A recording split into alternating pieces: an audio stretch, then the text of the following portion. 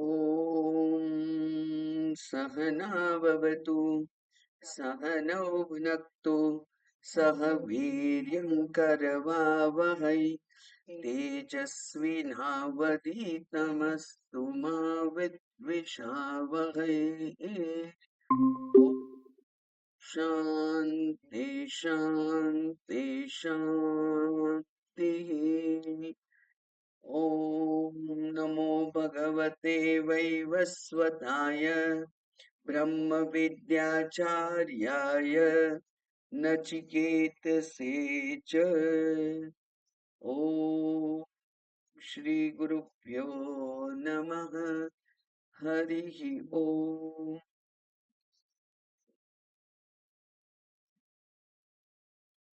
પ્રથમ અધ્યાયની દ્વિતીય વલ્લીનો 12મો મંત્ર આપણે જોતા હતા. બહુ પ્રખ્યાત મંત્ર છે, કારણ કે ત્યાં બુદ્ધિ ગુફાનો ઉલ્લેખ છે.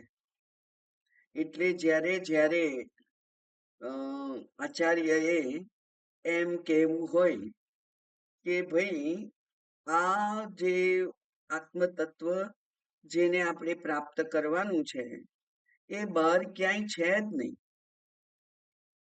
એટલા માટે એને પ્રાપ્તસ્ય પ્રાપ્તિ પણ કહેલું. એટલે એને માત્ર જાણવાનું છે. અને જાણવાનું કેવી રીતે જણાય? અને એટલે શાસ્ત્રમાં મોટા ભાગના આચાર્યોને પસંદ છે એવું એક ઉદાહરણ છે કે ચશ્મા ઉપર મૂકી દીધા છે અને આપણે શોધીએ ક્યાં ગયા, અને કોઈક એવું કહેનાર હોય સામે કે આ તમારી પાસે તો છે, અને ત્યારે આમ નીચે લાવી દઈએ અને દેખાતું થઈ જાય. એટલે ક્યાંય એને લેવા જેવાનો નથી.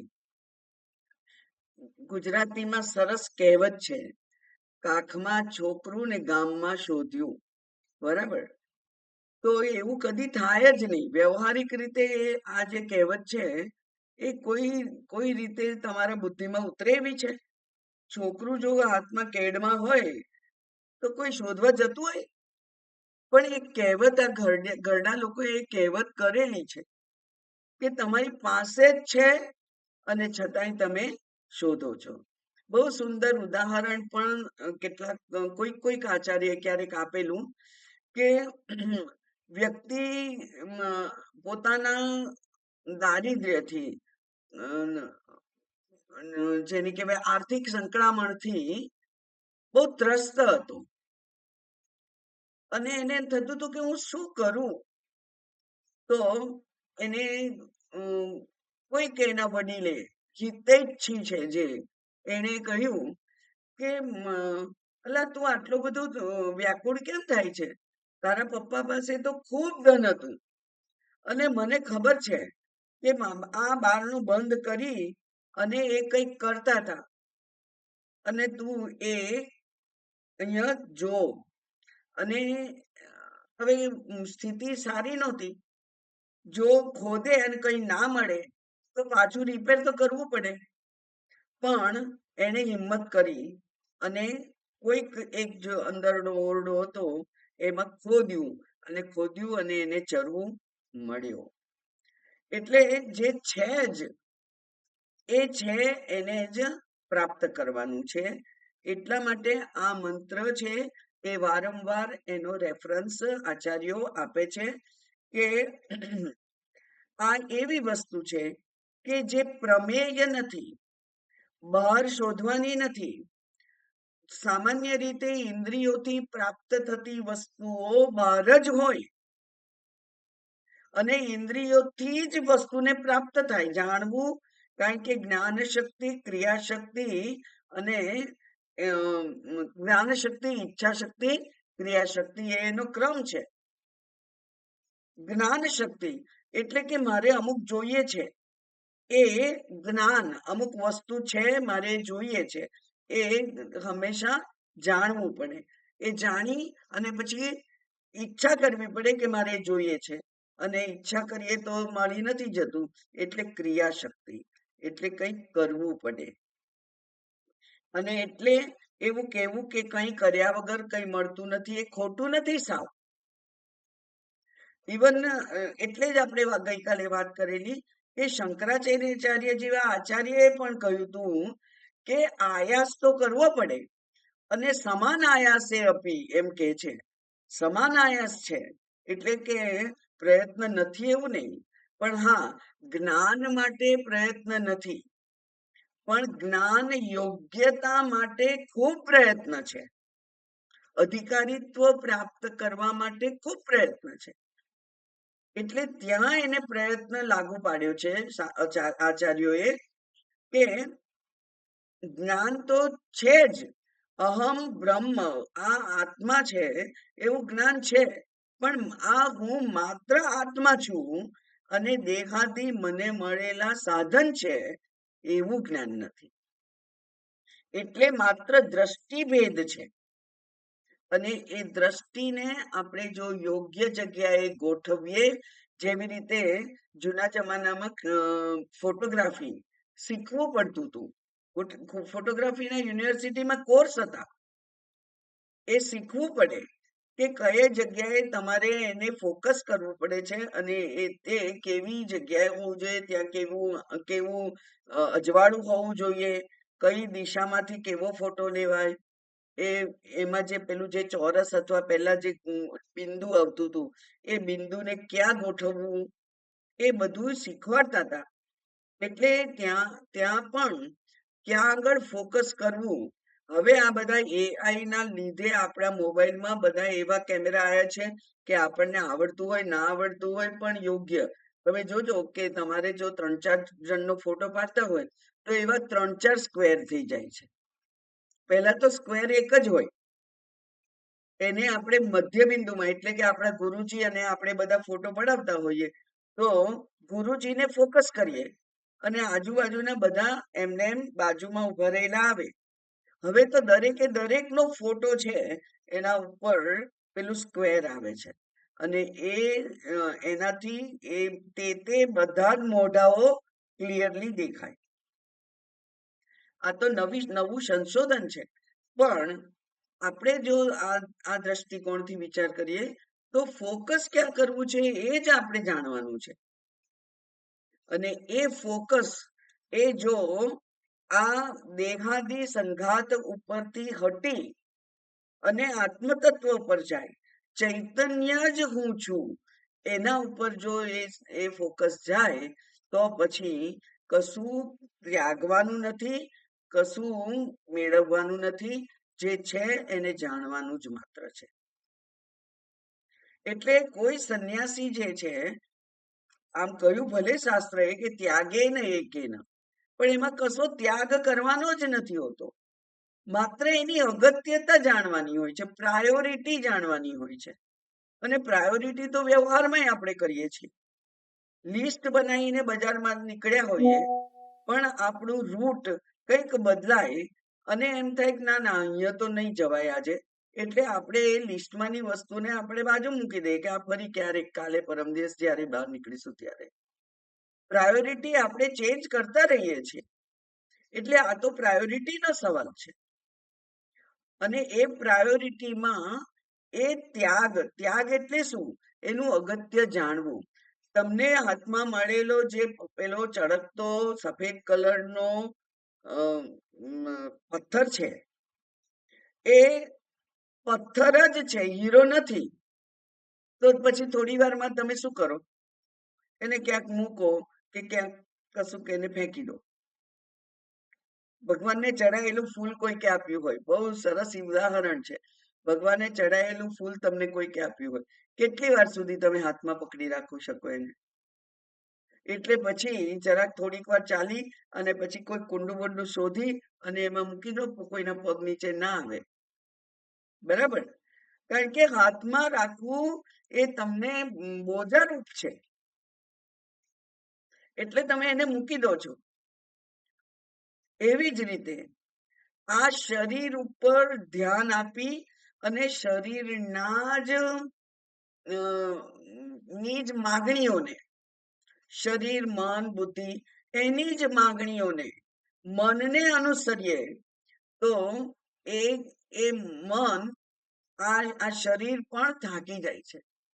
શાસ્ત્ર કે છે કે ઇન્દ્રિયાણામ જરંતી, ઇન્દ્રિયનું તેજ પણ જર્જરિત થઈ જાય છે. પછી તો ભોગ હોય તોય આપણે કેવું પડે કે ના ના, એ મારાથી નહીં ખવાય, એટલે મારાથી ચવાતું નથી, એ નહીં ખવાય, ગમે તેટલું ભાવતું હોય પણ ઇન્દ્રિયાણામ તેજ જરંતી, એ તો જર્જરિત થઈ જાય છે. એટલે જ્યારે જ્યારે આપણું શરીર, મન, બુદ્ધિ વગેરેની મર્યાદાઓને આપણે જાણીએ છીએ ત્યારે ત્યારે તે વસ્તુ સહજ છૂટી જાય છે. અને એટલે જેનું અગત્ય ના હોય એ આપોઆપ સરી જાય છે. નોકરી કરતા હતા ત્યારે અમુક આખા લગભગ સ્ટાફ સાથે એક ગાઢ સંબંધ હોય, સારો સંબંધ હોય, અને ક્યારેક કોઈક ના આવ્યું હોય અથવા કોઈક બીમાર છે એવું ખબર પડે તો એને એની ખબર પૂછીએ, એની ખબર કાઢવા જઈએ, બધું કરીએ. પણ હવે ઘણા વર્ષનો અંતરાય થઈ ગયો તો હવે એ ત્યાં આગળ સંબંધો કેવા થયા, ક્ષીણ થઈ ગયા કે નહીં? એ ક્ષીણ થઈ ગયેલું આપણને કઈ તકલીફ આપે છે મનમાં? ક્ષીણ થઈ ગયેલા સંબંધો છે એ થોડોક વખત યાદ રહે અને પછી જતા રહે, એ ક્ષીણ થઈ ગયેલા છે. એમ આ દેહાદી બુદ્ધિ જે છે એ ક્ષીણ થઈ જાય છે જાણવાથી. અને એટલે રમણ મહર્ષિનો પ્રશ્ન બહુ અગત્યનો છે કે હુ એમ આઈ, પ્રશ્ન પૂછ. આ પ્રશ્ન પૂછનાર કોણ છે? મારી બુદ્ધિ છે, મારું મન છે, મારું શરીર છે, કોણ છે? અને ત્યાં તમારે બધું જે કઈ છે એને નિષેધ કરવો જ પડે એમ છે. અને એટલે પછી અહમ બ્રહ્મ, અહમ આત્મા, અહમ ચૈતન્ય, એ જાણવું પડે છે. અને એટલા માટે આ મંત્ર જે છે એ વારંવાર એનો રેફરન્સ આચાર્યો પોતાના પ્રવચનમાં જુદા જુદા દ્રષ્ટિકોણથી આપતા હોય છે. ગઈકાલે આપણે જોયું હતું ગૂઢમ ગહનમ અનુપ્રવિષ્ટમ, એમાં એને પ્રવેશ કરેલો છે. તે કેમ, કેવી રીતે પ્રવેશ કર્યો છે? તો કે છે પ્રાકૃત વિષય વિકાર વિજ્ઞાનૈ પ્રચન્નમ ઇતિ એતત. પ્રાકૃત વિષય એટલે પ્રકૃતિના નું જે પ્રકૃતિ જેનું ક્ષેત્ર છે એ વિષય. અને પ્રકૃતિ એટલે આત્મા સિવાયનું બધું જ પ્રકૃતિ. બે જ વિભાગ છે, બરાબર ને? અહમ અને ઈદમ. અહમ એટલે હું ચૈતન્ય, અને ઈદમ એટલે બાકીનું બધું જ, દેહથી શરૂ કરી અને સમગ્ર બ્રહ્માંડ આખું ઈદમ છે. તો એ પ્રાકૃત વિષય અને એ બધું વિકારવાન છે એટલે વિકાર કહ્યું. અને એના વડે પ્રચ્છન્ન એટલે શંકરાચાર્યજીએ આ જે છે ઉપર એના ગૂઢ કેમ કહ્યું છે? તો એના ત્રણ કયા છે કે એ કાયમ આમ તો દેખાતો હોવા છતાં નથી દેખાતો. એની વાત મેં કરી હતી ગઈકાલે કે જાગૃત, સ્વપ્ન, સુષુપ્તિ ત્રણેયમાં દેખાતો હોય છે, એના વગર કોઈ કામ ચાલતું નથી. અને છતાંય એના માટે કહ્યું કે દેખાતો નથી. એટલે એ કે છે કે મન ભોગ્ય વિષયો દ્વારા સુખ પ્રાપ્તિની આકાંક્ષામાં અત્યંત વ્યસ્ત હોવાને કારણે આત્મા તરફ દ્રષ્ટિ જતી નથી. એને બીજા શબ્દોમાં કહેવું હોય તો એમ કહેવાય કે બહિર્મુખતાને કારણે અંતર નિષિદ્ધ છે એ આત્મા દેખાતો નથી, એટલા માટે ગૂઢ છે. હવે આ આત્મા, મન એ જ આત્મા છે. વારંવાર શાસ્ત્રમાં ત્રણ વસ્તુનો સમાન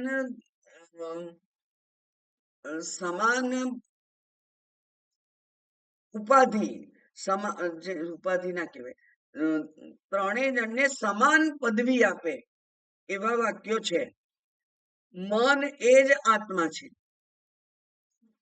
તો હોઈ શકે ને, મન એ જ આત્મા છે.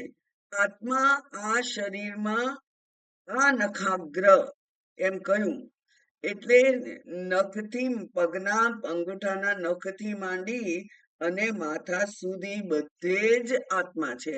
મન પણ આત્મા છે, બરાબર. એટલે મન એવ આત્મા એમ કહ્યું. પછી પ્રાણ પણ આત્મા છે, કારણ કે પ્રાણ અને આત્મા એ તો અત્યંત ઘનિષ્ઠ સંબંધ છે. એક જતો રહે એટલે બીજો એની જોડે જોડે જતો રહે છે. અને જતું શું રહે છે? પ્રાણ જતો રહે છે. કારણ કે પ્રાણની અવધિ છે, પ્રાણની સમય મર્યાદા છે. કઈ અવધિ છે? પ્રારબ્ધ.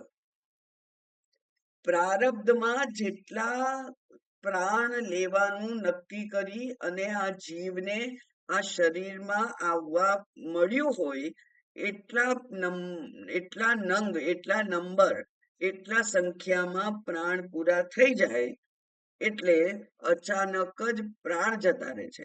અને પ્રાણ જતા રહે છે એટલે પાછળ પાછળ આત્મા પણ જાય છે. એટલે જીવાત્મા અને પ્રાણ એ પણ જાણે કે બંને વચ્ચે તૂટ સંબંધ છે. તો એમ મન એ અંતઃકરણમાં જ એ પ્રતિબિંબિત છે. મન એટલે અંતઃકરણ, અંતઃકરણમાં જ પ્રતિબિંબિત છે. આત્મા કઈ રીતે આત્માને આપણે જાણી શકીએ છીએ? પ્રતિબિંબથી. અને પ્રતિબિંબ ક્યાં છે? મનમાં જ છે, અંતઃકરણમાં જ છે. એ અંતઃકરણમાં પ્રતિબિંબિત આત્મા એટલે મનમાં જ આત્મા છે, મન જ આત્મા છે. પણ એ મન કામ ક્રોધાદી અનેક ક્લેશથી ગ્રસ્ત છે, જેને આધિ વ્યાધિ કહીએ તો એ ચાલે. આધિ એટલે શરીરના ની પીડાઓ અને વ્યાધિ એટલે મનની પીડાઓ.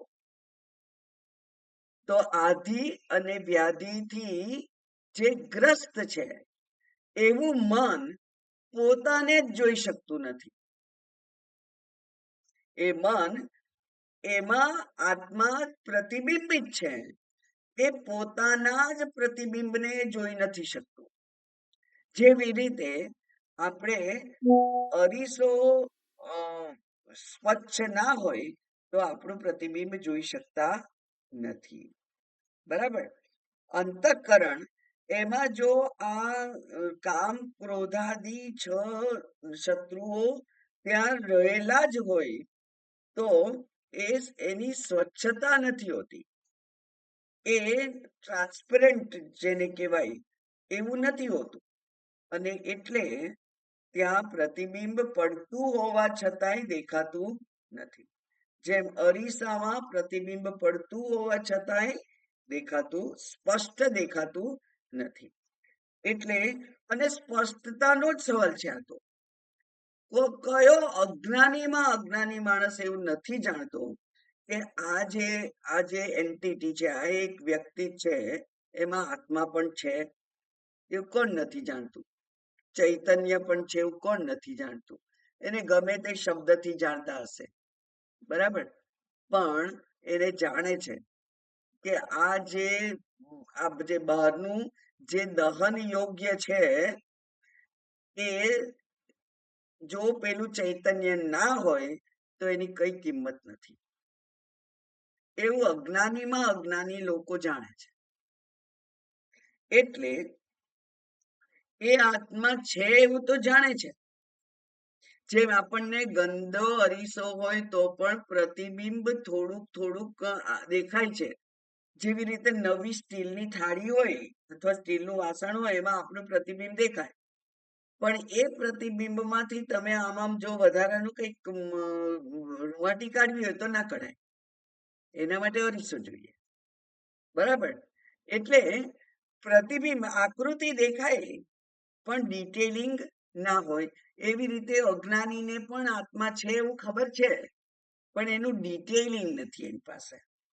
કારણ કે એના મનમાં જે બધા અશુદ્ધિઓ છે, રાગ દ્વેષાદી રૂપ અશુદ્ધિઓ છે, એ અશુદ્ધિઓને કારણે એ આત્માને સ્પષ્ટ જાણી શકતો નથી. એટલે એ કેવું છે તો કે જે પ્રાકૃત વિષય વિકાર વિજ્ઞાન પ્રચન્નમ, છન્નમ, છન્નમ એટલે ઢંકાયેલો, પ્રચન્નમ એટલે એવી રીતે ઢંકાયેલો છે કે એમાં આમ જરા છિદ્ર પણ નથી. એવી રીતે એ ઢંકાયેલો છે. ઇતિ એતત. તો એ ક્યાં છે? ગુહાહિતમ. ગુહાયામ એટલે બુદ્ધૌ નિહિતમ સ્થિતમ. આ ઉપલબ્ધિ સ્થાન છે. એટલે અહીંયા કહ્યું તત્ર ઉપલભ્યમાનત્વાત, ત્યાં એ ઉપલબ્ધ થાય છે. જેમ મેં હમણાં જ કહ્યું કે ચૈતન્ય આપણા એક શરીરના નાનામાં નાના કોષમાં વ્યાપ્ત છે, પણ પ્રાપ્ત ક્યાં થાય છે? અંતઃકરણમાં. એવી જ રીતે પંચદશીમાં કહેલું, એટલે કે ત્યાં સમજાવ્યું છે કે પ્રતિબિંબ, આ જે હું છું એનું પ્રતિબિંબ તો બધે પડે છે, પણ જ્યાં અરીસો હોય ત્યાં દેખાય છે, અને ભીત છે ત્યાં નથી દેખાતું. તો વાંક કોનો? પ્રતિબિંબ નથી પડતું એવું ના કહેવાય આપણાથી, પણ પ્રતિબિંબને ઝીલવા માટે જે સપાટી, ચળકતી સપાટી જોઈએ એ અહીંયા મારી સામે નથી, ભીત છે. તો ભીત છે એમાં પ્રતિબિંબ દેખાય નહીં, પડતું હોવા છતાં પણ ના દેખાય, અને અરીસો જ્યાં છે ત્યાં એ દેખાય. એટલે ઉપલબ્ધિ સ્થાન બતાવ્યું છે અહીંયા. બુદ્ધિ એ ઉપલબ્ધિ સ્થાન છે, બરાબર. બુદ્ધિ એટલે પાછું અંતઃકરણ. મન એટલે અંતઃકરણ ને. અંતઃકરણના 4 ભાગ કયા છે આપણે? મન, બુદ્ધિ, ચિત્ત, અહંકાર. ચારે ચારમાં એને ગણી શકાય. એટલે અંતઃકરણમાં એ ઉપલબ્ધ છે, અને ત્યાં જ તું શોધ, ત્યાં જો. એટલે પેલા માજીની જેમ કુટિયામાં સોય ખોવાઈ ગઈ હોય તો પેલી સ્ટ્રીટ લાઇટની નીચે આવીને શોધવાની ના હોય, કારણ કે જ્યાં ખોવાયેલી છે ત્યાં શોધવાની છે.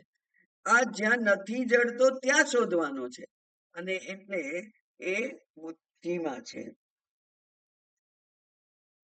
એનું સરસ ઉદાહરણ પણ આચાર્યએ આપ્યું છે. એમણે કહ્યું કે જેવી રીતે રાજા ને કોઈક એવા સમાચાર મળે અને અત્યંત ક્રોધિત થઈ જાય અને દોડે તલવાર લેવા, તો ક્યાં ક્યાં જાય? જ્યાં મ્યાન હોય ત્યાં તલવાર હોય, બરાબર. મ્યાન લે અને મ્યાનમાંથી તલવાર કાઢે. તો મ્યાન છે ત્યાં જ તલવાર છે. એમ આ શરીર છે, પંચકોશાદી છે, એ પંચકોશાદી છે ત્યાં જ એ ચૈતન્ય પણ છે. અંદર અંદર અંદર અંદર અન્નમય, પ્રાણમય, મનોમય, વિજ્ઞાનમય, આનંદમય બધા કોષ છે, પણ એ કોષની અંદર, એ કોષની અંદર એટલે જેમ મ્યાનમાં તલવાર છે ને મ્યાનની બહાર નથી એવું નથી. અહીંયા તો દરેક ઉદાહરણની મર્યાદા હોય, કારણ કે ઉદાહરણ હંમેશા વ્યવહાર ક્ષેત્રમાંથી હોય, અને આત્મા પારમાર્થિક ક્ષેત્રનો વિષય છે. એટલે એ 100% મળતું આવતું એવું ઉદાહરણ કદી મળે જ નહીં. પણ બુદ્ધિમાં એ ગુણાયામ બુદ્ધૌ નિહિતમ સ્થિતમ તત્ર ઉપલભ્યમાનત્વા. અને એ બુદ્ધિ ગુહામાં કેમ મને નથી દેખાતો? સુંદર ચર્ચા ગઈકાલે તો આપણે કરેલી. એ કે છે કે ગહ્વરેષ્ઠમ, અને એટલે ગહ્વરે એટલે વિષમે, ગહ્વર બરાબર વિષમ, અને વિષમ બરાબર અનેક અનર્થ સંકટે તિષ્ઠતિ ઇતિ ગહ્વરેષ્ઠમ. ત્યાં અનેક અનર્થ છે.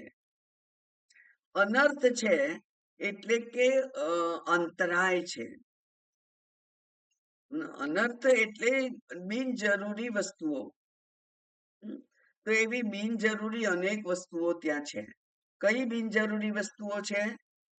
કામ, ક્રોધ, લોભ, મોહ, મદ, મત્સર, રાગ અને દ્વેષ, મારું અને મારું નહીં, અને સૌથી મોટામાં મોટું અજ્ઞાન છે. ત્યાં શું છે?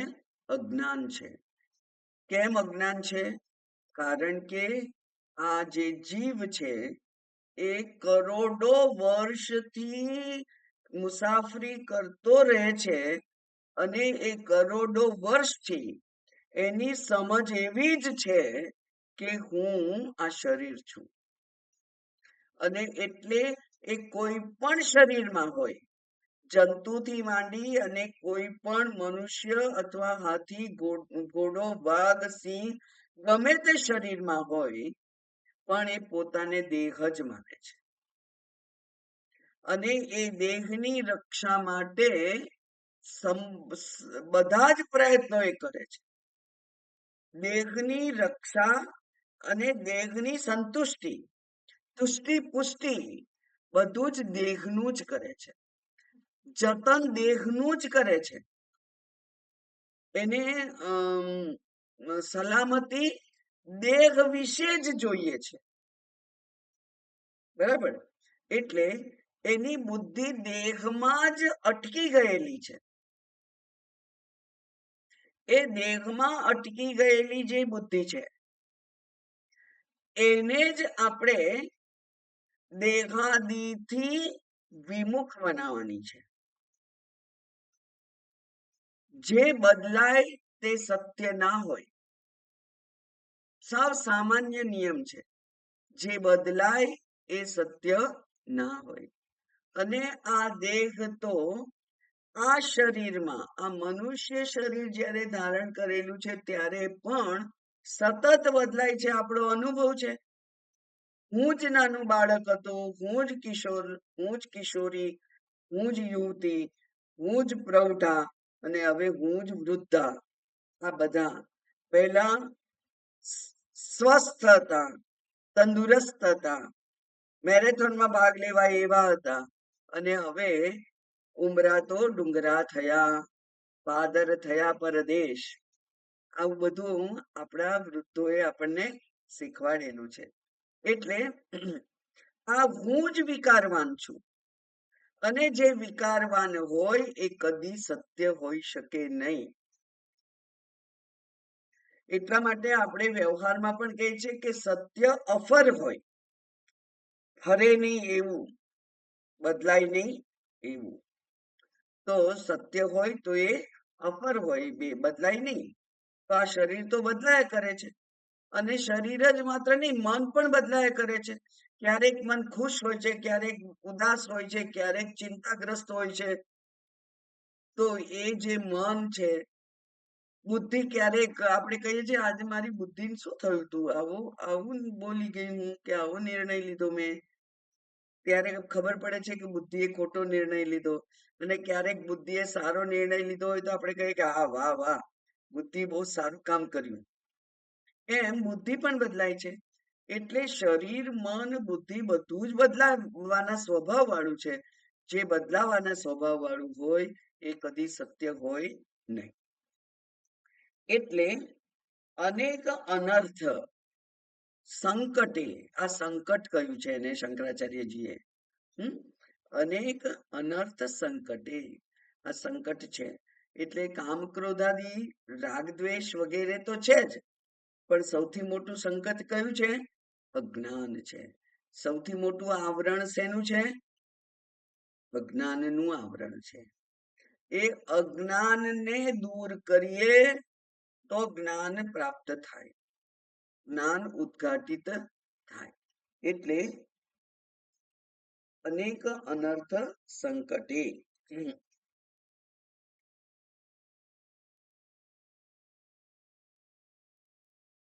તિષ્ઠતિ ઇતિ ગહ્વરેષ્ઠમ. યત માટે એવમ આ પ્રમાણેનું ગૂઢમ અનુપ્રવિષ્ટ ગુહાહિતશ્ચ અતઃ અસૌ ગહ્વરેષ્ઠ.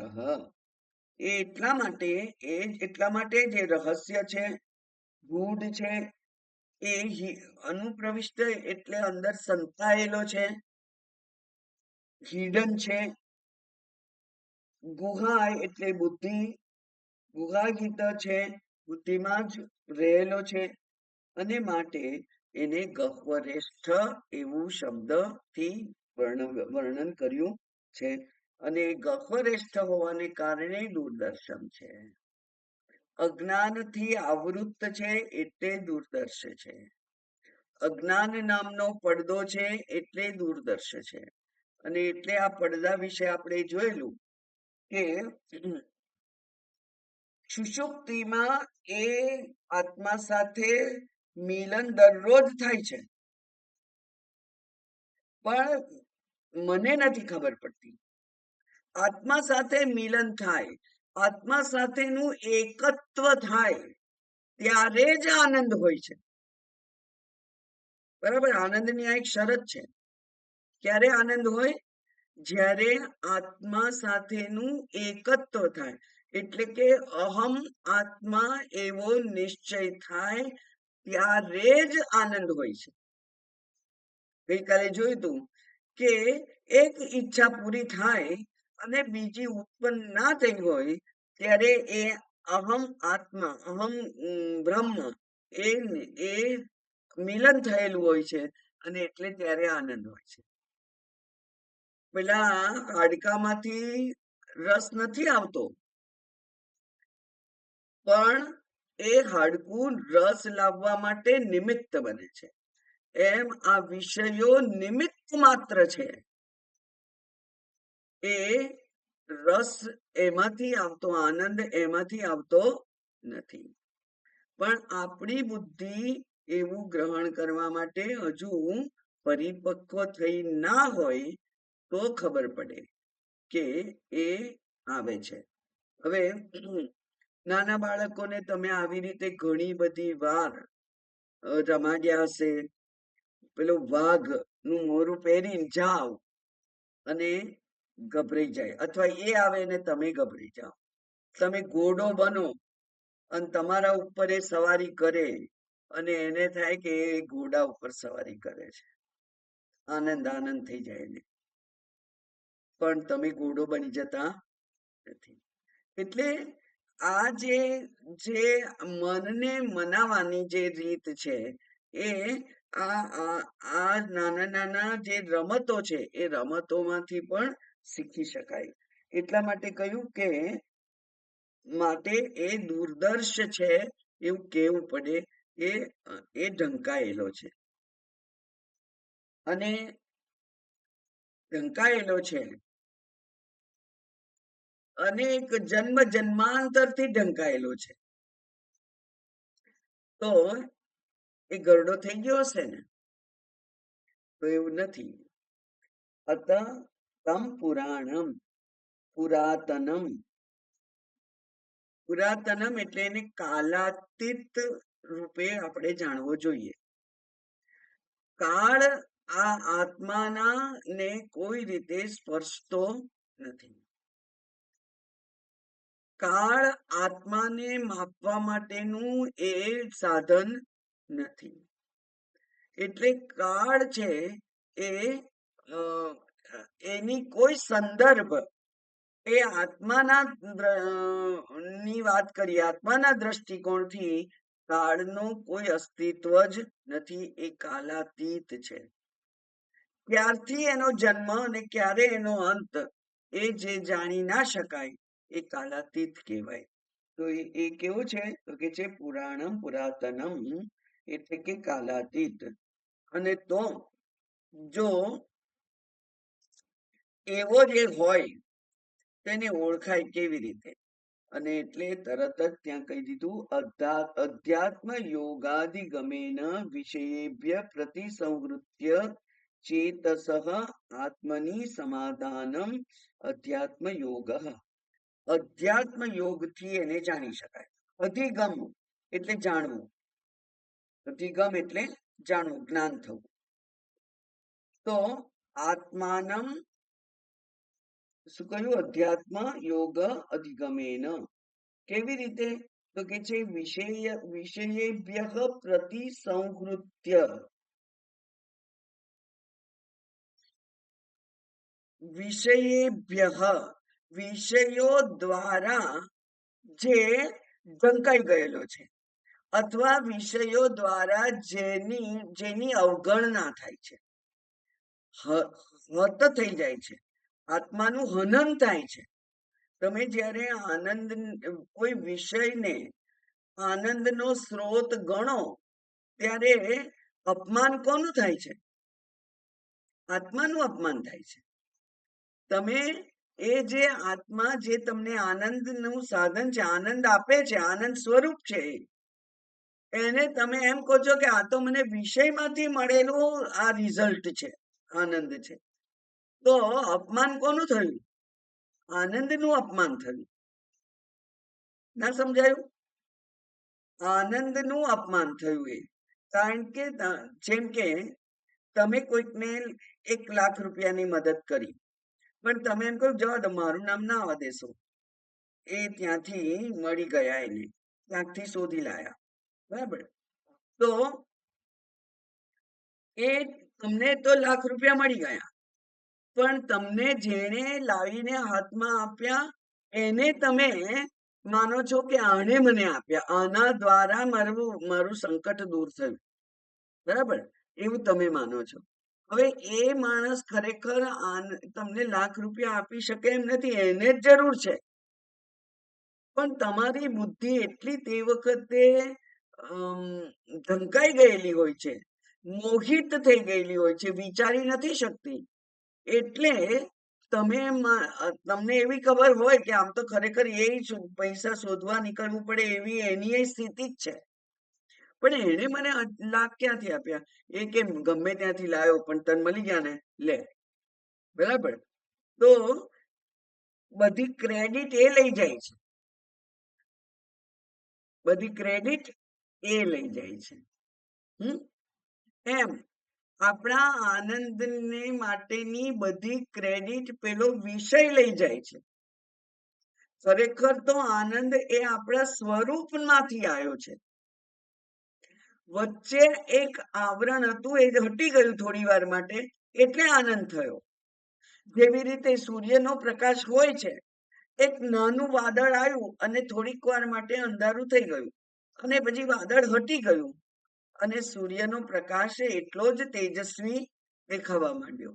એક 10-15 મિનિટમાં આખું સીન બદલાઈ જાય છે.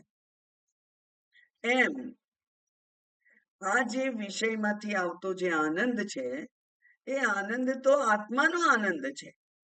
પંચદશીમાં છેલ્લા 5 પ્રકરણ જે છે, 10 પ્રકરણ સુધી બધા પ્રક્રિયાઓ વગેરે સમજાયું છે, અને 11, 12, 13, 14 અને 15 એ 5 પ્રકરણોના નામ છે: આત્માનંદે બ્રહ્માનંદ, વિષયાનંદે બ્રહ્માનંદ, યોગાનંદે બ્રહ્માનંદ. એમ એવા નામ છે એના. એટલે વિષયાનંદે બ્રહ્માનંદ, વિષયમાંથી આનંદ થયો એ બ્રહ્માનંદ જ છે. યોગ કરવાથી જે આનંદ થયો એ બ્રહ્માનંદ જ છે, બરાબર? એવા નામ છે 5. તો એમાંથી એક વિષયાનંદે બ્રહ્માનંદ. તો એનો અર્થ શું થયો? કે વિષયમાંથી જે આનંદ મળે છે એ બ્રહ્માનંદ જ છે. અથવા બીજું ઉદાહરણ આપું તમને. તમે ભગવાનને બહુ અરજી કરી કે હે ભગવાન, મારું આ કામ થઈ જાય, બરાબર? જ્યારે તમને કોઈ અથવા બીજા કોઈ પાસે નથી માંગવું, ભગવાન પાસે જ માંગીએ, મારું આ કામ થઈ જાય. અને ખરેખર જ એવું થયું કે તમારે જે કરવું હતું, દાખલા તરીકે તમારે એરપોર્ટ પહોંચવા માટે કે સ્ટેશન પહોંચવા માટે બહુ જ ઉતાવળ હતી ને તમારી ગાડી બરાબર ચાલતી નહોતી ને કોઈકનો ફોન આવ્યો કે હું અમદાવાદ જઉં છું, આવું છે, અને તમને તમારી ગાડીના બદલે બીજી ગાડી મળી ગઈ, તો એ કામ કોણે કર્યું? એ પેલા ભાઈએ નહીં, ભગવાને કર્યું. ભગવાને તમારા માટે એક એવી સ્થિતિ ઊભી કરી આપી કે જેથી તમારી પ્રાર્થના જાણે કે સફળ થઈ ગઈ. આવું તો આપણા જીવનમાં કેટલી વખત બનતું હોય છે. અને એટલે અહીંયા કહ્યું કે વિષયેભ્ય પ્રતિસંહૃત્ય, એ અડચણ અંતરાય હતો વિષયોનો. એ અંતરાય જે છે એ કોને છે, કોને અંતરાય કરતો હતો?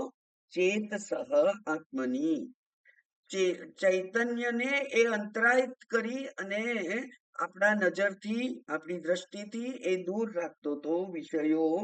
એવું જે છે એને સમ્યક આધાનમ આધ્યાત્મ યોગ, એને સારી રીતે મૂકી દેવું. મનને વિષયોમાંથી કાઢી અને આત્મામાં મૂકી દેવું, સારી રીતે કાઢીને મૂકી દેવું. સારી રીતે એટલે મેં એક વખત કહ્યું હતું કે ત્યાગ અને સંન્યાસમાં શું ફેર? કોઈ વાર ત્યાગ તો ફરજિયાત કરવો પડે, અથવા માં પણ ત્યાગ કરે છે, અથવા પડોશી પણ કે કઈ નહીં, જાઓ તમે લઈ જાઓ, આજે મારે નથી જોઈતું. એને ત્યાગ કર્યો, એમ નહીં જોઈતું તું, પણ એ કે કઈ નહીં, આજે તમે કરો, બરાબર? તો ત્યાગ કર્યો છે. સંન્યાસ એટલે સમ્યક ન્યાસ, ન્યાસ એટલે ત્યાગ, અને સમ્યક એટલે સારી રીતે કરેલો ત્યાગ. પાછળ ફરીને જોવાનું ના રે કે અરે રે હું કેટલું ત્યાગીને આવી ગયો, શું કામ કર્યું મેં, હા વસ્ત્ર શું કામ પહેરી લીધા, લાખો રૂપિયા હતા મારી પાસે, કેટલી પ્રતિષ્ઠા હતી મારી, કેવું મોટું સામ્રાજ્ય હતું મારું, કેવી સુંદર સુખી એવો મારો ગૃહ સંસાર હતો, અને એને છોડીને હું આવી ગયો. અને પછી મનમાં બળતરા થાય તો એ સંન્યાસ ના કહેવાય. સંન્યાસ નો અર્થ અખંડાનંદ મહારાજજીએ કરેલો કે જેમ મળ ત્યાગ કરીએ, આગલે દિવસે ગુલાબ જાંબુ ખાધેલા, પણ મળ ત્યાગ કરીએ ત્યારે એ મળ સામે જોવાની ઈચ્છા થતી નથી. એમ જે છોડીને આયા છીએ આપણે, એની સામે પાછું ફરી અને જોવાની ઈચ્છા થતી નથી, એ સંન્યાસ છે. એટલે ધન, પદ, પદવી, પ્રતિષ્ઠા, કુટુંબ, પત્ની, બાળકો, જે કઈ સંપત્તિ હોય એ બધું છોડી અને આવા, અને પછી એના તરફ નજર પણ જાય નહીં. નજર એટલે કે એના તરફ મન એક સેકન્ડ પણ એના માટે વિચાર કરવા માટે મનને ફુરસદ ના હોય, એ કહ્યું કે પ્રતિસંહૃત્ય, એનો સંહાર કરી દેવાનો છે. મનમાં જે વિષયો માટેનું જે અગત્ય, વિષયોની જેને કહેવાય કે આકર્ષણ, અને એટલે એને કહેવાય છે કે વિષયોમાં દોષ દર્શન સાધક માટે જરૂરી છે. દોષ દર્શન સારું ના કહેવાય, કોકના દોષોને જોવા એ સારું નહીં, પણ વિષયોમાં દોષ જોવા, અને વિષયોમાં દોષ જોઈ અને એને વિષવત ત્યાગ કરી દેવા. વિષનો જેમ ત્યાગ કરીએ એમ વિષવત ત્યાગ કરી દઈએ, એ પ્રતિસંહૃત્ય. વિષયેભ્ય એટલે વિષયોમાંથી મનને, અથવા વિષયોમાંથી મનને ઉપર ઉઠાવી લેવું, એને કહેવાય છે સમાધાનમ, સમ્યક આધાનમ. વિષયોમાંથી મનને ઉઠાવી અને આત્મામાં પરોવવું, એ યોગ્ય જગ્યાએ એને મૂકવું, એને અધ્યાત્મ યોગ કહેવાય છે. એ અધ્યાત્મ યોગ એટલે તસ્ય અધિગમઃ, એ અધિગમઃ, એને એને જ્ઞાન યોગ કહેવાય. અને તેન જ્ઞાન એટલે તે જ્ઞાન યોગેન, જ્ઞાન યોગ દ્વારા મત્વા દેવમ, એને જાણો. મત્વા જાણો, શું જાણો? આત્મા. દેવમ, દેવમ એટલે જે પ્રકાશમાન છે, અત્યંત પ્રકાશવાન છે, જે ક્યારેય પ્રકાશ એનો લુપ્ત થતો નથી, એવો જ એનો પ્રકાશ છે. એ ચંદ્ર જેવી કળા જેવો પ્રકાશ નથી એનો, પણ સૂર્ય જેવો તેજસ્વી છે, સતત પ્રકાશે છે. એવું જે છે તે મત્વા દેવમ. દેવમ એટલે કોણ? તો કે છે આત્માનમ. દેવ કોને કયા અહીંયા? આત્માને જ દેવ કયા. એને ધીરહ મત્વા, એને ધીરહ, ધીરહ એટલે ધીમાન, ધી એટલે બુદ્ધિ, અને બુદ્ધિ કેવી? વિવેક વૈરાગ્ય યુક્ત સુસંસ્કૃત બુદ્ધિ, એને ધીર કહેવાય છે. એ ધીમાન, એના માટે હર્ષ શોકૌ, હર્ષ અને શોક એટલે કે આ દ્વિવચન છે. હર્ષ અને શોક આત્મન ઉત્કર્ષ અપકર્ષયોહો અભાવાત, પોતાના માટે ઉત્કર્ષ અને અપકર્ષ એટલે કે ચડતી અને પડતી, પોતાના મૂડમાં, પોતાના આનંદમાં ચડતી, બહુ અત્યંત ખુશ, અને પછી અત્યંત નિરાશ, એવું થતું નથી. એને એ જહાતી, એવું જાણી અને એ હર્ષ અને શોકને છોડી દે છે, અથવા હર્ષ અને શોક એને છોડી દે છે. બંને સરખું જ છે. હર્ષ અને શોક એ વ્યક્તિને, એ સાધકને છોડી દે છે, કારણ કે હવે વિષયો અને વિષયો દ્વારા મળતા આનંદમાં એને રસ થી એ જાણી ગયો છે કે આ તો છેતરવાનો ધંધો છે, અહીંયા છેતરાવાનું નહીં, એવું એ જાણી ગયું છે. એટલે આપણે ગઈકાલે આનંદગીરી ટીકા વાંચેલી, તો ત્યાં શ્રેય સાધનમ અસ્તિ ઇતિ, તો અહીંયા શ્રેયના સાધનોની વાત, જો એ ગૂઢ છે તો હવે એ ગૂઢ છે તો ખરો જ, પણ મને જણાતો નથી, તો જાણવા માટેના સાધનો કયા? એવી જો પ્રશ્ન થાય, જાણવા માટેના સાધનો કયા, એવો જો પ્રશ્ન થાય, તો એ પ્રશ્નના જવાબ રૂપે હવે પછીનો મંત્ર છે. એતચ્છુત્વા સંપરિગૃહ્ય મર્ત્યઃ પ્રવૃહ્ય ધર્મ્યમ અણુમેતમાપ્ય સમોદતે મોદનીયમ હિ લબ્ધ્વા વિવૃત સદ્મા નચિકેત સંમન્યે. એતચ્છુત્વા, છુત્વા એટલે શ્રુત્વા, એતત શ્રુત્વા સાંભળીને, એતત શ્રુત્વા સંપરિગૃહ્ય, કોણ? મર્ત્યઃ, મર્ત્યઃ એટલે જે મૃતવાન છે તે, એટલે કે મનુષ્ય. મર્ત્યઃ એટલે મનુષ્ય, એ મનુષ્ય પ્રવૃહ્ય, શેના વિશે વિચાર કરે? ધર્મ્યમ, ધર્મ વિશે, કે જે અણુમ, કે જે અણુ પ્રમાણનો જે છે તે, એમ વિચાર કરી અને એતમ આપ્ય, અણુ પ્રમાણનો હોય છતાં પણ એને પ્રાપ્ત છે. બરાબર, અણુ પ્રમાણનો હોવા છતાં પણ એને પ્રાપ્ત કરી શકાય એમ છે. જે એને પ્રાપ્ત કરે તે કેવો છે કે જે સમોદતે, એ આનંદ કરે છે. શેનો આનંદ છે? મોદનીયમ, જે મોદનીય છે, આનંદ કરવા યોગ્ય છે, એટલે કે જે સચ્ચિદાનંદ સ્વરૂપ છે એનો એ આનંદ લબ્ધવા, એનો એને લાભ થાય છે. અને પછી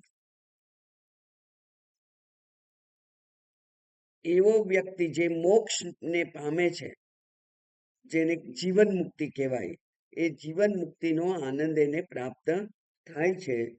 એટલે અહીંયા એક સરસ સિમિલી, સરસ સરખામણી કરી છે. એ કે છે વિવૃતમ સદ્મ નચિકેત મન્યે, નચિકેતના માટે વિવૃતમ એટલે કે પાવૃતમ, ખુલી જાય છે. સદ્મ એટલે ભવન, એટલે મુક્તિના દ્વાર એના માટે ખુલી જાય છે. બરાબર, તો મુક્તિના દ્વાર ખુલી જવા એનો અર્થ કે મુક્તિમાં પ્રવેશ સહેલાઈથી પ્રાપ્ત થઈ જવો, એને જીવન મુક્તિ કહેવાય છે. એવું થાય છે. તો એતત શ્રુત્વા, શ્રુત્વા એટલે સાંભળીને. તો પહેલું કાર્ય સાધન આગળ કહ્યું ને કે એને મેળવવા માટે પહેલું સાધન કયું છે? શ્રવણ છે. અને એ શ્રવણ કેવું? આપણને ખબર છે કે ગુરુ મુખેથી આત્મતત્વનું, એટલે કે તત્વમસી જેવા મહાવાક્યોનું શ્રવણ, એટલે કે ઉપનિષદના જ્ઞાનનું, ઉપનિષદના તત્વનું શ્રવણ. બીજું કોઈ શ્રવણ નહીં. વાર્તાઓ કે જો ગુરુજી, તો એવું નહીં, એ શ્રવણ નહીં. એટલે કે કથાવાચક જેમ કથા કે છે, લીલા, એ શ્રવણ નહીં, પણ આત્મતત્વના શ્રવણ એ ગુરુ મુખેથી કરવાનું. અને ગુરુ મુખેથી શ્રવણ કરવાની વ્યવસ્થા માત્ર ગુરુકુળમાં હતી. હવે ભલે આ ઓનલાઈન થઈ ગયું, પણ આ ઓનલાઈનથી જેટલો ફાયદો પ્રત્યક્ષથી થાય એટલો થઈ શકે નહીં. એટલે આપણે થોડુંક પ્રત્યક્ષ અને થોડુંક ઓનલાઈન બે ચાલુ રાખ્યું છે. પહેલા એકલું ઓનલાઈન ચાલુ કરવું પડ્યું, અને આ ઓનલાઈને આપણને જાણે કે પ્રતંત્ર બનાવી દીધા છે ને. કેટલો આનંદ છે! એસી ચાલુ કરીને બેસવાનું અને પછી આત્મતત્વનું શ્રવણ કરવા, ત્યાગનું શ્રવણ કરવા. એટલે આ તો માહિતી માટે બરાબર છે, પણ જ્ઞાન માટે આ સાધન નથી. કારણ કે ગુરુકુળમાં અનેક પ્રતિકૂળતાઓ હોય. ગુરુકુળમાં ગુરુજીની સેવા કરવા માટે બીજી કેટલાય અંતરાયો, કેટલી બધી પરીક્ષાઓ પાસ કરવી પડે, ત્યારે ગુરુજીની સેવા પ્રાપ્ત થાય, ગુરુજીનું સાનિધ્ય પ્રાપ્ત થાય. તો એવી જે ગુરુજીનું સાનિધ્ય પ્રાપ્ત કરી અને પછી જેને શ્રવણ કરીએ એને શ્રવણ કહેવાય. એટલે શ્રવણ કરીને, બરાબર, શ્રવણ કરીને સંપરિગૃહ્ય, ગૃહ્ય એટલે ગ્રહણ કરવું, સમ એટલે સારી રીતે, બરાબર, સમ્યક. સમનો અર્થ મોટા ભાગે શાસ્ત્રમાં સમ્યક જ થાય, અને સમ્યક એટલે સારી રીતે. શ્રવણ કરવાનું હોય તો સારી રીતે, ત્યાગ કરવાનો હોય તો સારી રીતે, ગ્રહણ કરવાનું હોય તો સારી રીતે. તો સારી રીતે ગ્રહણ કરીને, સારી રીતે ગ્રહણ કરવું એટલે શું? તો એ જ્યારે પણ શ્રવણ કરીએ ત્યારે શરૂઆતમાં આપણને હોય, અને અત્યારે પણ કોઈકની આંખો આમ થઈ જાય, તો એનો અર્થ કે એને સમજણ પડી નથી. શ્રવણ કરવા છતાં પણ તમને સમજણ ના પડી હોય ત્યારે કાં તો ફરી સાંભળવું પડે, હવે ફરી સાંભળવાનું તો અત્યારે રેકોર્ડિંગ તમે કર્યું હોય તો શક્ય છે, બાકી તો નથી શક્ય. એનો અર્થ કે જે સાંભળ્યું છે એને યાદ કરી અને એ જો આપણી બુદ્ધિ ગ્રહણ ના કરે તો એને માટે શાસ્ત્રમાં બતાયેલા તર્કનો ઉપયોગ કરી અને મનન કરવું, એને સારી રીતે ગ્રહણ કરવું કહેવાય. શ્રવણ પછી બે અંતરાય હોય છે. એક સંશય થાય કે આવું કઈ હોતું હોય, બરાબર, હું તો કઈ કુબેરપતિ હોઉં, હું તો આત્મપતિ ના હોઈ શકું, એટલે એ શંકા થાય છે. અને બીજું વિપર્યય. વિપર્યય એટલે વિરોધી બુદ્ધિ. અને હમણાં જ લાંબુ ચર્ચા થઈ આપણે કે આ દેહાદી બુદ્ધિ એ જેમાં આપણી બુદ્ધિ ખૂંપેલી છે એ જ વિપર્યય છે, વિરોધી. પેલા કે ભાઈ તું તો સચ્ચિદાનંદ છે, તું તો કદી જન્મ્યો નથી ને મરવાનો નથી. અને હું અંદર મનથી કહું કે અરે મારી અમુક જન્મ તારીખ છે અને થોડા વર્ષો પછી મને ખબર છે મારો ફોટો લાગી જશે અને એને હાર પહેરાઈ દેશે લોકો, મૃત્યુ તારીખ એમ લખીને. એટલે મારો જન્મ અને મરણ નથી એવું જે શાસ્ત્ર કહે છે કેમનું હોય? વિરોધ થાય ત્યાં, બરાબર. એટલે તું જ્ઞાન સ્વરૂપ છે. અરે મારા જેવું અજ્ઞાની ક્યાં કોઈ છે એમ તમે કહો તો એને વિપર્યય કહેવાય, એટલે વિરોધી બુદ્ધિ. તો સંશય અને વિપર્યય એ બંને શ્રવણને બુદ્ધિસ્થ કરવા આડેના અંતરાયો છે. કારણ કે શાસ્ત્ર તો કે છે તત્વમસી. ગુરુજી કે છે કે તું જ એ બ્રહ્મ છે, સચ્ચિદાનંદ સ્વરૂપ બ્રહ્મ તું જ છે. અને આપણે આપણી બુદ્ધિ એનો વિરોધ કરે. એટલે શ્રવણ કાળે જે કંઈ સાંભળ્યું એનો જ્યારે બુદ્ધિ વિરોધ કરે ત્યારે એ શ્રવણ કરેલા વાક્ય વિશે આપણને સંશય થાય, એની સત્યતા વિશે આપણને સંશય થાય છે.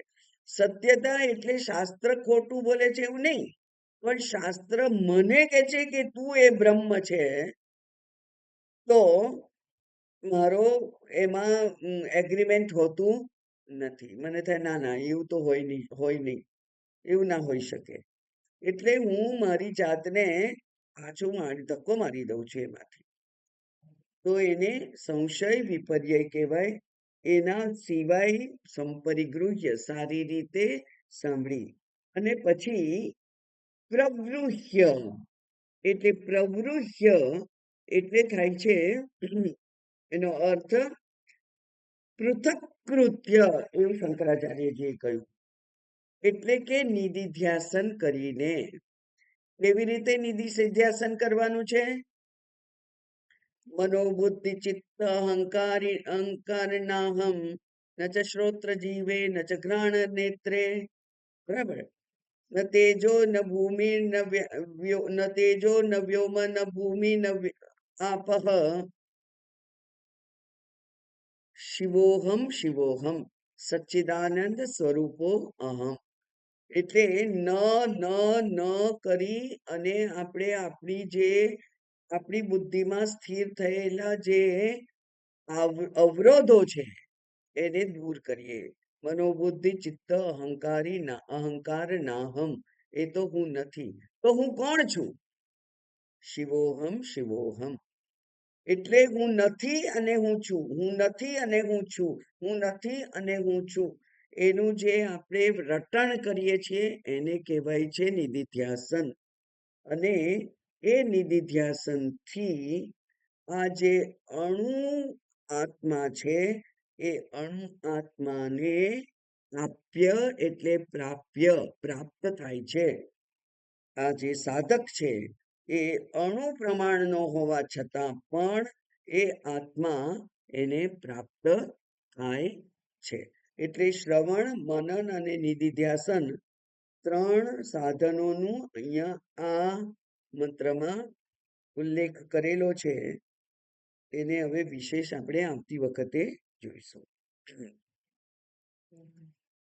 ઓમ પૂર્ણમદઃ પૂર્ણમિદં પૂર્ણાત પૂર્ણમુદચ્યતે પૂર્ણસ્ય પૂર્ણમાદાય પૂર્ણમેવાવશિષ્યતે. ઓમ શાંતિ શાંતિ શાંતિ. हरिः ओम. श्री गुरुभ्यो नमः. हरिः ओम.